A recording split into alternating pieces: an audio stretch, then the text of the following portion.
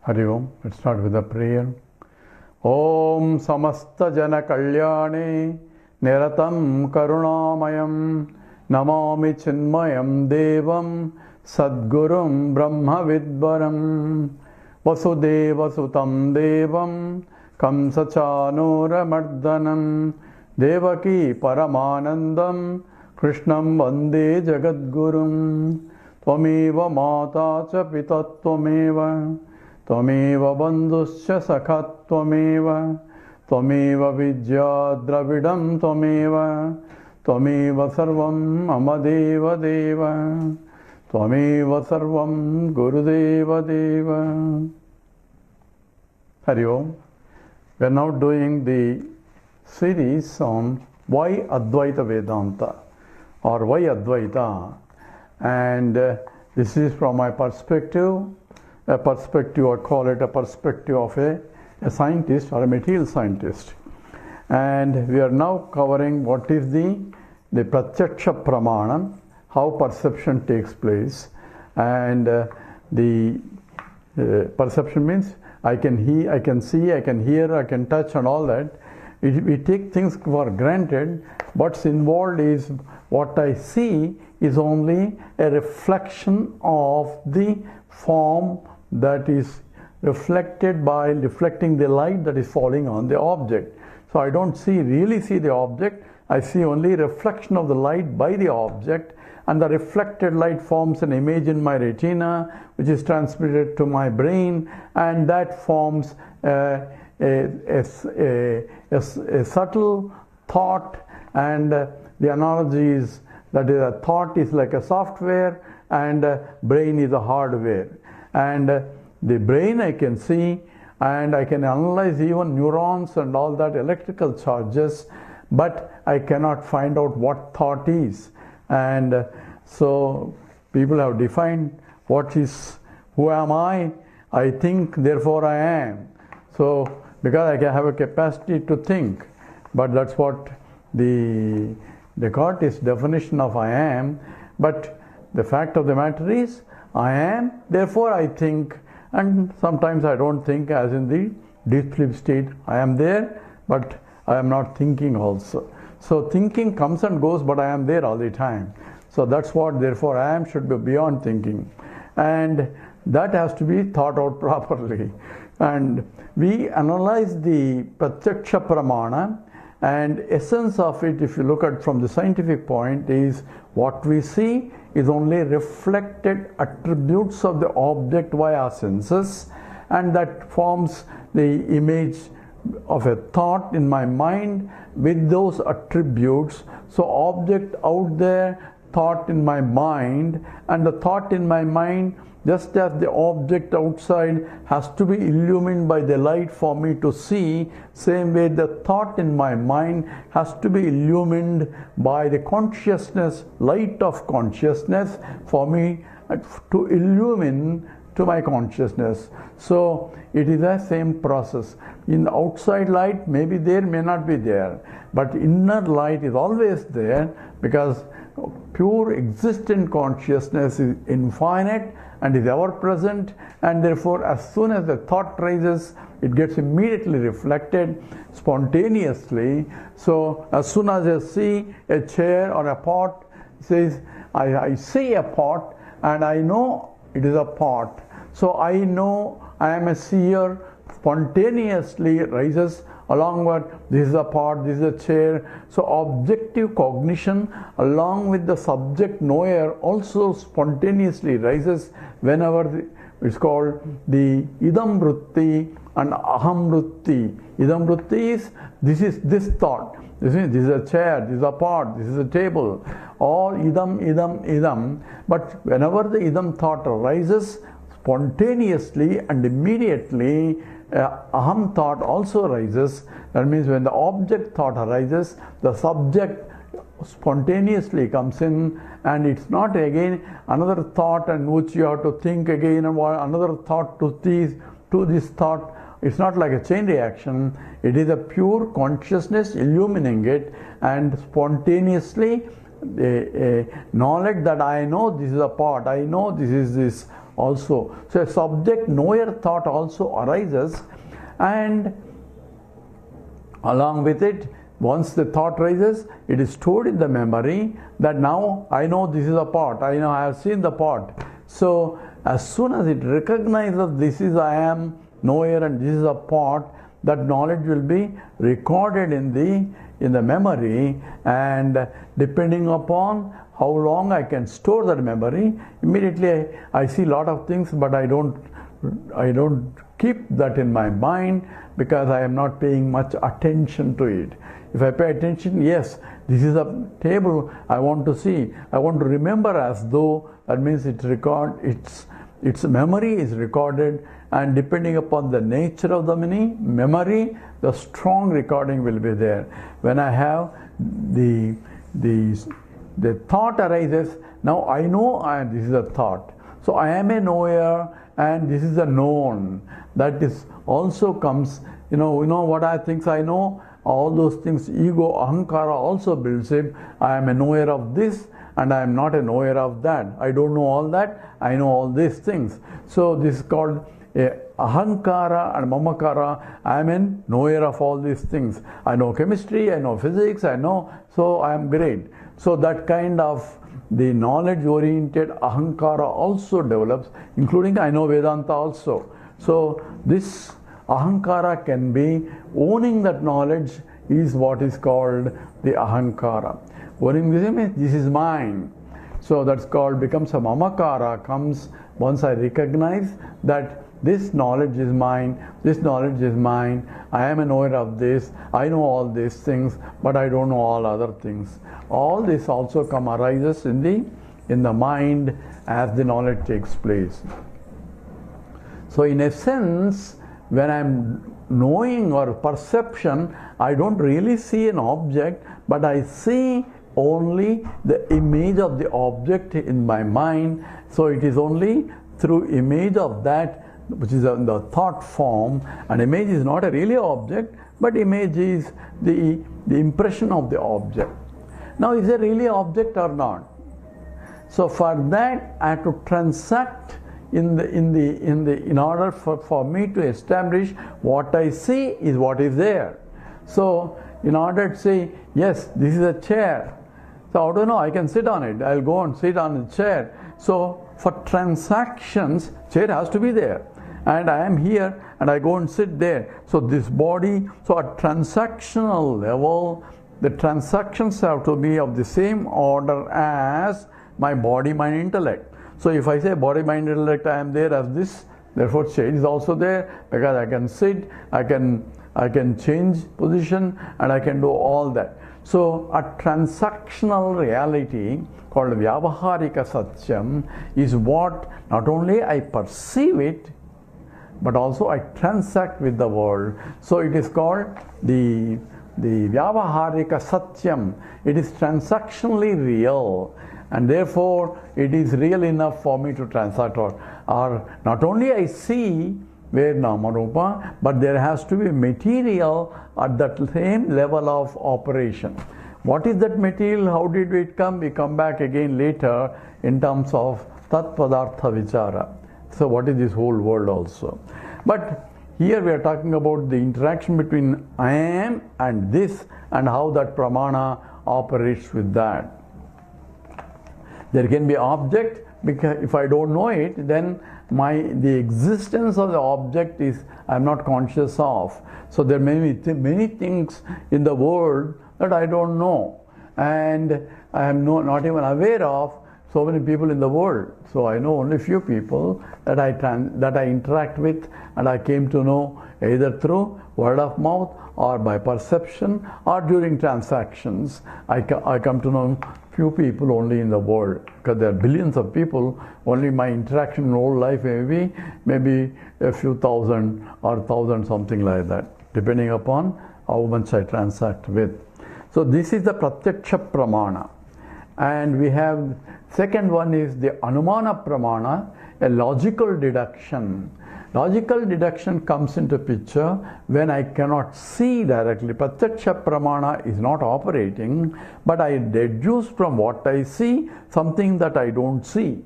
So this is a called Anumana Pramana. So a classical example is that I see a distant mountain there, that I see. So it's a Pratyaksha Pramana. Then I see on the mountain some place where there is a smoke coming in. That also is a Pratyaksha Pramana because I'm seeing.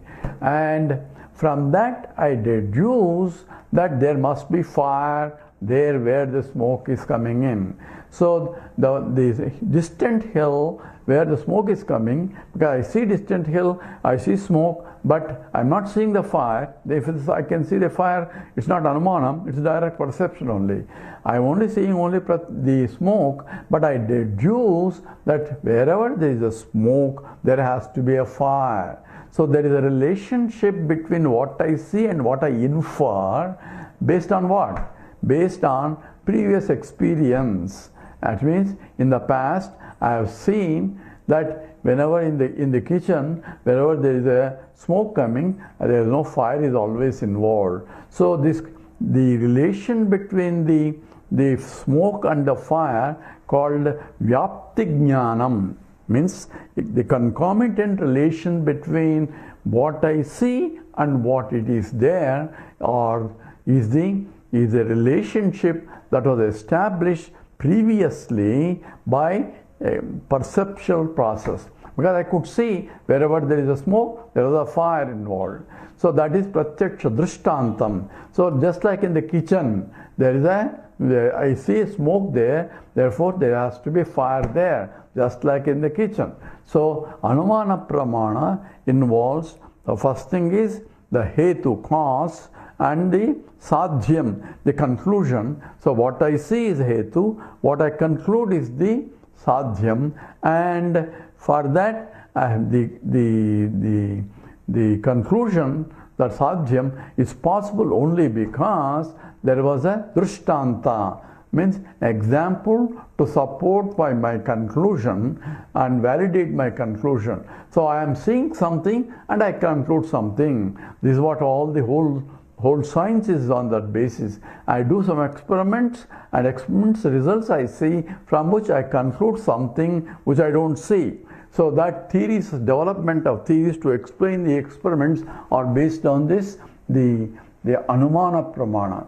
So in the Anumana, you can think of a deductive, the guessing, and inductive research. So deductive means this follows this. So that is called the immediate deductive. And inductive is from what I see, I project something that beyond what I see, and which has to be again proved by some other experiments by seeing the results of that, which proves that theory. So inductive reasoning versus deductive reasoning, they're all part of the Anumana Pramana. And from the Indian logic wise, you have a Sadhyam, Hetu, and Vyapti-jnanam. Hetu is a cause that I see, that like a smoke, and the Sadhyam is a conclusion, that is fire, and Vyapti-jnanam is a relation between the smoke and the fire, which was established by a Drishtanta, and that's what is essentially a concomitant relation between the smoke and the fire. Wherever there is a smoke, there must be fire. This is the Vyapti-jnanam. That's a concomitant relation between smoke to fire. It's not the other way around. Wherever there is a fire, there has to be smoke. That's not really valid. Only this way, wherever there is smoke, there has to be a fire.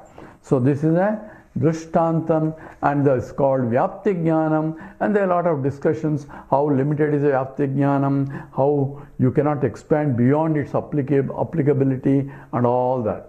These are all part of the Nyaya discussions, which we don't want to go into that. But part of the matter is that Anumana Pramana is a logical deduction rest on Pratyaksha Pramana for validation. That's number one. Number two, Anumana Pramana is essentially a indirect knowledge. This is a Pratyaksha Pramana, directly I can see.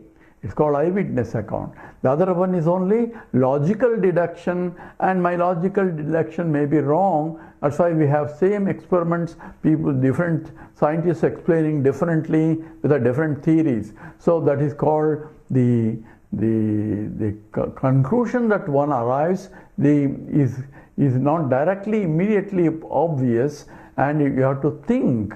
So it's called indirect knowledge. So this direct knowledge is directly I'm seeing it, therefore there is no question of it's immediate. And immediate only in the sense that when I see, the thought forms in the mind, and thought has to be illumined by the consciousness, and I have a cognition of the thought, then there's a recognition from the memory, and then say this is a pot, this is a table, and all that because of past knowledge is to be brought in order for recognition. So cognition is immediate. Recognition may take some time also. Sometimes we say person and we don't remember the name, because cognition I am seeing, I don't remember what's his name, what's his name, what's his name. And some scientists say that the brain, you have two parts of the brain, left side of the brain and right side of the brain. Normally left side of the brain controls the right side of the body, and right side of the brain controls the left side. So if you have a paralysis of left side is not working, so you only left side of the brain is not working, then the right side is not able to control, but you can control the left side. So these are all relationships by establishing by experimentally. So this some scientists say the language is stored in one part of the brain, and pictures are stored in the other part of the brain. So I see a person, hey, this is Rama Rao. So I have a form of Rama Rao and the name that goes with the form. So name being language is stored in one side of the brain, and form, picture is stored in the other side of the brain. Now next time, after many years, I see Rama Rao, I say, yeah, I have seen this fellow. And because the form, picture is coming from the recognition, I think his name, what is his name? And name has to come from the other side of the brain, and that may be problem. So we know a lot of people, at least I have that problem. I see a person, I know that person, I recognize that person, but at the same time, I cannot get his name, because name has to come from somewhere else. Apparently that's because of the two parts of the brain, picture one side and the language one side. That's what the explanation is. But the interesting thing is the Chinese language and Japanese, which is maybe product coming from Chinese, and it's a pictorial language. So when the picture and the word go together, so they are stored in the same side of the brain. So apparently the Chinese can immediately recognize name and a form also, because the name and the form are stored in the same side of the brain. I don't know how much that theory is, but at least that's one explanation. But this is a Anumana Pramana. And there is a third important Pramana is Shastra Pramana or Shabda Pramana. Shabda Pramana is through the sound I can recognize. So what is it? This is different from hearing. This is a Shabda Pramana, means something that I cannot see and something I cannot logically deduce, but something that I heard, therefore it is a information knowledge. So the knowledge is gained by hearing people saying that. So this is essentially, if you watch a TV and a fellow from Afghanistan reporting what's happening in so and such a place, so reporter is reporting, I'm sitting in a AC room and watching a TV, and he's showing what is happening in Afghanistan, and from him I gain the knowledge of what is happening in Afghanistan.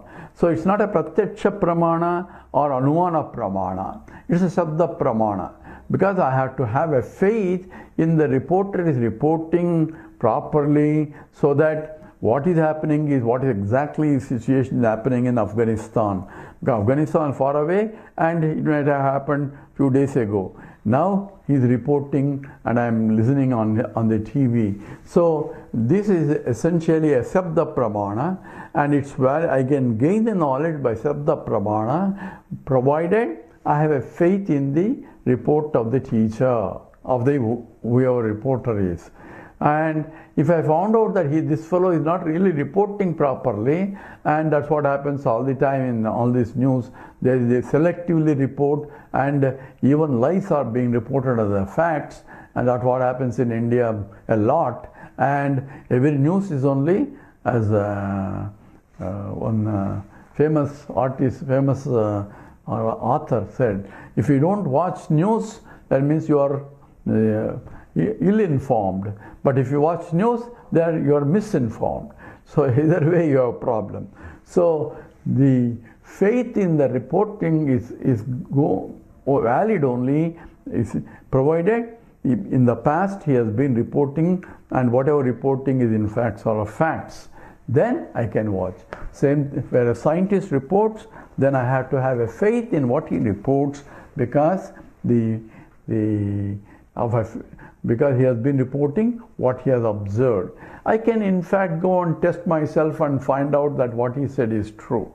So that's why cross experimentation and rechecking and all that goes on in scientific inquiry. So this Sabda Pramana, so Afghanistan, what's happening? Even though my knowledge is based on his words, I can go to Afghanistan and check whether he's right or not. So I can validate the Sabda Pramana by Pratyaksha Pramana. But there are cases where I cannot go and find out. For example, is there a heaven or hell? So who says that? Scripture says, and there is a heaven, there is a hell, there are 14 lokas and all that. 14 fields of experiences and all that.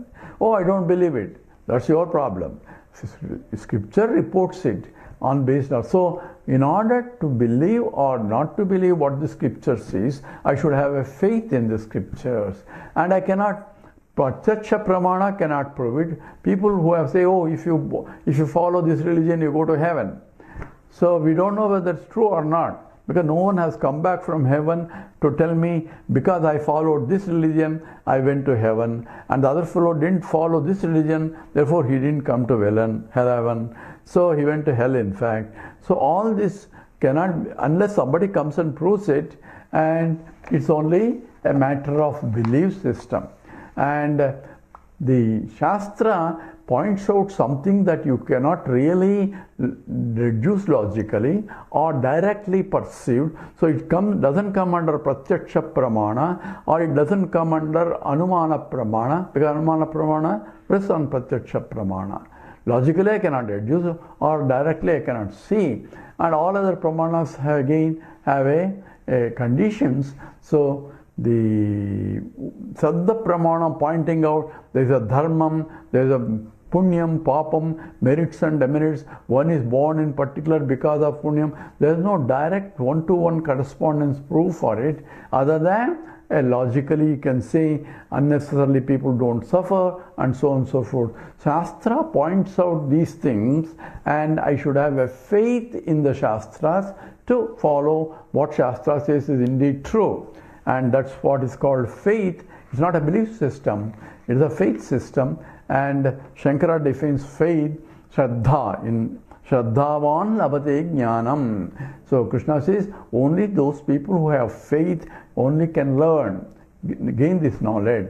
So when the teacher teaching some quantum chemistry or something, I have complete faith that the teacher is not bluffing, he is teaching what the Shastra says. So I need a teacher, and I need for him and also Shastra to support it. So the two things involved in the Shastra Pramanam. One is Shastram, science, and one who knows the science who can communicate to me.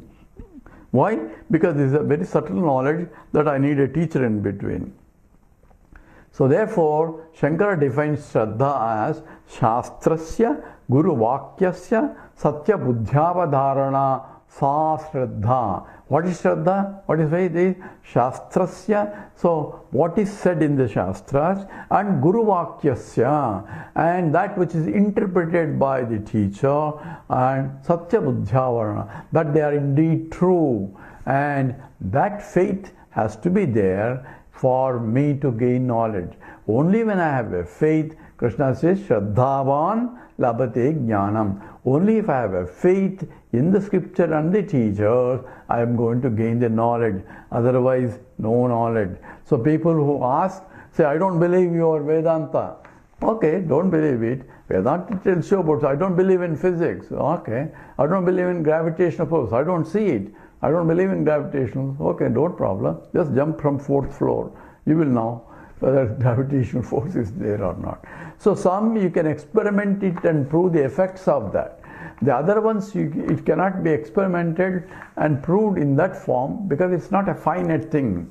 When you talk about infinite thing, about Brahman, you cannot experiment it. So therefore, you have to have a full faith, and only way consolidation is that all the teachers in the past, all who have gone through that, confirm Shastra is indeed right from based on their own experience. So they have gone through the process and determined. That's why a Vedantic student is asked not to go directly to the scriptures, go to a teacher. Tad vijnanartham sa gurum eva abhigached. Why? The teacher is the one, this Sotriyam Brahmanishtam, the one who has studied scriptures and also has experimented himself to declare that Shastra is indeed true by his own experience. And we don't go by experience alone. First, he should be Shastrajna. So, the scripture says, go to a teacher who is the Sotriya. First thing is, he should know the scriptures. And also, because I cannot test whether he is a Brahmajna or not, as we mentioned, therefore we assume that he is, and based on his lifestyle and all that, a student can guess that my teacher is realized. In fact, a student should have complete faith that his teacher is realized, then only he will have Shraddha in the teaching of the scriptures by the teacher. So, Shastram is that you should have complete faith. What about the logic and all? However, Shastram has to be supported by logic as a secondary. So, Shastram and Yukti comes into picture also. And so, for Vedanta is not only Shastram, and it tells you in fact that Naisha Tarke Namatira Paneya, that by logically you cannot deduce this. At the same time, Shastram is not illogical. So, whatever the arguments that the Vedanta presents it are logical indeed, but the truth is beyond logic, and we'll see why also, and that cannot be deduced by logically, and that is absolute truth. At the same time, it is not illogical. So, that's why you see arguments of logic and so on and so forth in the Advaita Vedanta. So we presented why it is Advaita. Logically we try to argue also because that's what the scripture is pointing. And third aspect of the Shastra is the Shastram, Yukti, logic, and Anubhavam. Anubhavam means experience. Experience of what? Whose experience that I take? It is a universal experiences that everybody views that as a support and use the logic and then use the Shastram, all in that order. Shastram, Yukti, Anubhavam. This is where Advaita Vedanta also rests in it. So why Advaita? This is the reason. It is compatible with the Shastram first, and then it is not illogical, so it's logical, and also it is experientiable. So what is that I am experiencing? Whatever you are experiencing is the scripture is analyzing that. That's a universal experience, not, hey, I experienced God yesterday night. So what should I do? Believe me, I have seen Krishna, I have seen this and all that. So how am I going to know, how am I going to prove that you have seen Krishna? Other than your word only. So this is an individual experiences. That's not what experience we are really meaning. Here Shastram and Yukti, Anubhavam. Anubhavam means experiences has to be universal experience. And what is the universal experience that Shastram relays also? And that is essentially Avastatrayam. Most important one is Avastatrayam. What is Avastatrayam? It means the waking state, dream state, and the deep sleep state.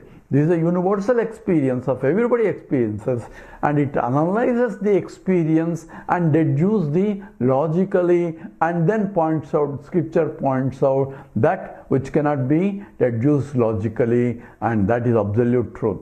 So the truth behind all that is being projected using the Anubhavam, that is using the experience and using the logic, at the same time declaring the Shastram, which is Apaurusheyam, and that which means that is not written by a human being, and that is the means of knowledge to gain the absolute truth that is being pointed out by the scriptures.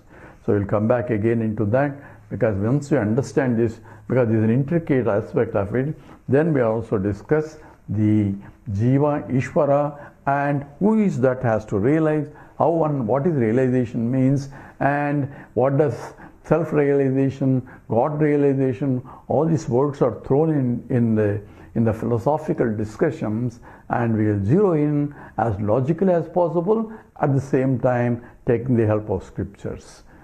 With that, we'll stop. Om Purnamada Purnamidam Purnat Purnamudachyate Purnasya Purnamadaya Purnameva Vasishyate. Om Shanti Shanti Shanti. Harihi Om Sri Gurubhyo Namaha. Harihi Om.